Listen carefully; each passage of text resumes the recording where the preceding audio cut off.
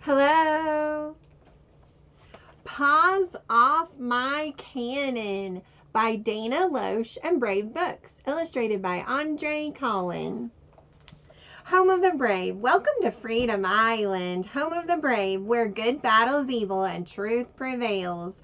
Years ago, the legends of Freedom Island fought to create a free nation. Save the animals of Mushroom Village by completing the Brave Challenge at the end of this book.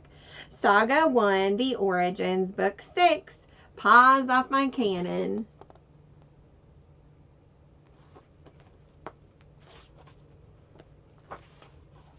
Bongo loved food. In particular, Bongo loved cupcakes, which is why he lived in Mushroom Village.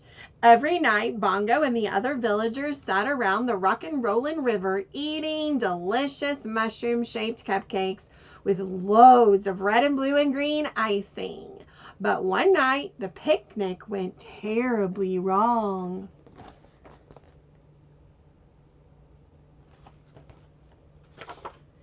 A hungry hyena sprang onto the riverbank waving a coconut cannon.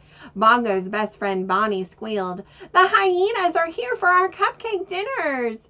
The hyena, quick as a flash, grabbed her picnic basket full of sweets.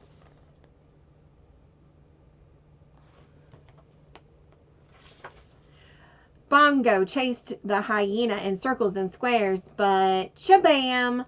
Bongo and Bonnie landed flat on their bums with bulbous bumps growing on their heads. Before they could count to 5, the hyena was halfway home to the deserted desert. Hyenas were the only bad thing about living in Mushroom Village. They were lazy and didn't like cooking, so they roamed around looking for a sweet meal to steal.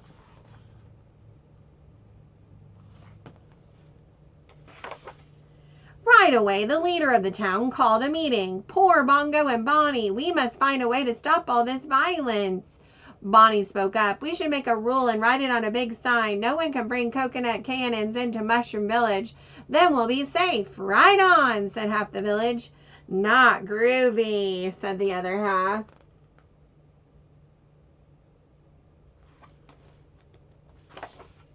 "Coconut cannons are how we protect ourselves," Bongo rubbed his head. "We should keep our cannons close in case the hyenas come back." "Silly Bongo," Bonnie said. "If you disagree with us, we'll have to split Mushroom Village in half, and it'll be all your fault. Then we'll know who's really safe."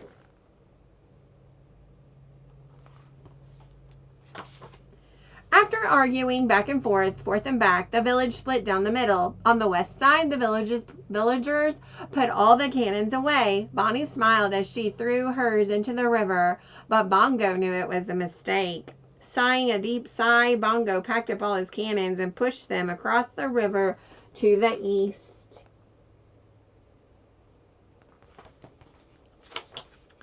Then Bonnie's side tore down the bridge and made signs. "No coconut cannons allowed." "No cannons here." "Still no cannons."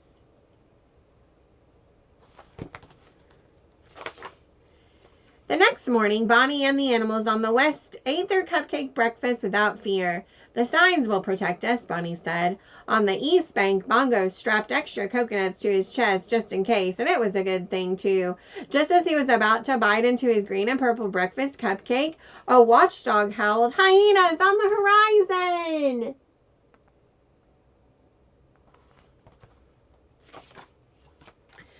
Bonnie just glanced at the hyenas and shrugged. "They can't bring their cannons to our side," she said. Bongo jumped up and gripped his cannon. "They've come for breakfast."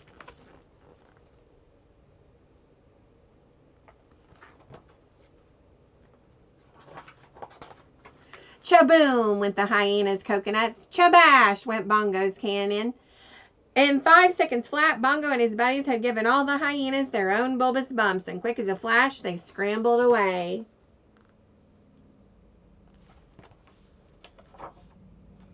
But they didn't run back to the deserted desert. The hyenas left across the river to the west side of the village, and Bonnie gasped, "They broke the rule. The sign specifically says they can't bring their cannons." Chaboing, chabonk went the cannons. "Oof, yikes," went the villagers. "Ouch!" Before long, the hyenas had taken all of the cupcake breakfasts on the whole west side of Mushroom Village, and not a single animal was left without a coconut-shaped bump.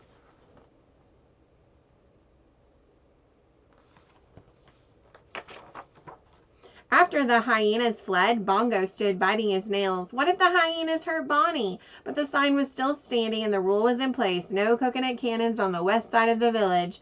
Slowly, Bongo set down his cannon. Swiftly, he swam across the river. Silently, he crept through the crumbling town.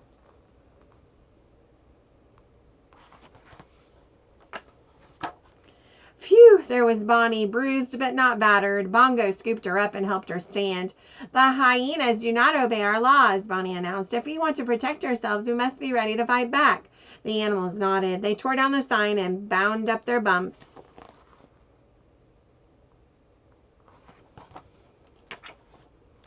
When the hyenas returned for lunch, they were dazed and confused. Every animal in Mushroom Village was armed with a weapon, and Bongo stood at their head. Lunch is served, Bongo growled. After a chabash and a few chabops, the hyenas bounded away, howling and whining, tummies grumbling grumpily.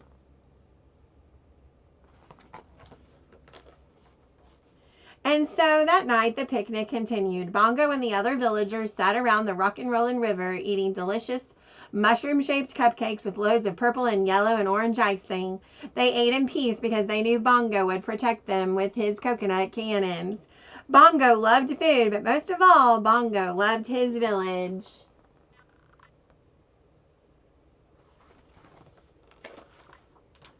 Before long, Bongo received a mysterious letter. Dear Bongo, the courageous use their strength not to hide but to defend the defenseless.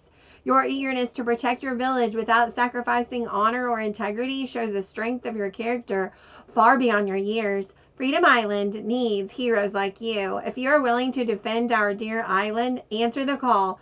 Journey to Wizard's Way by the first day of fall. Hurry, our nation cannot hold back these dark forces much longer.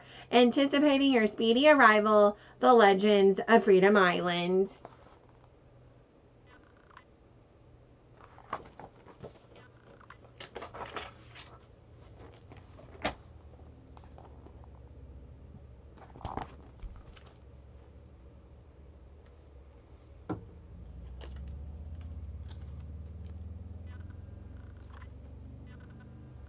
Goodbye.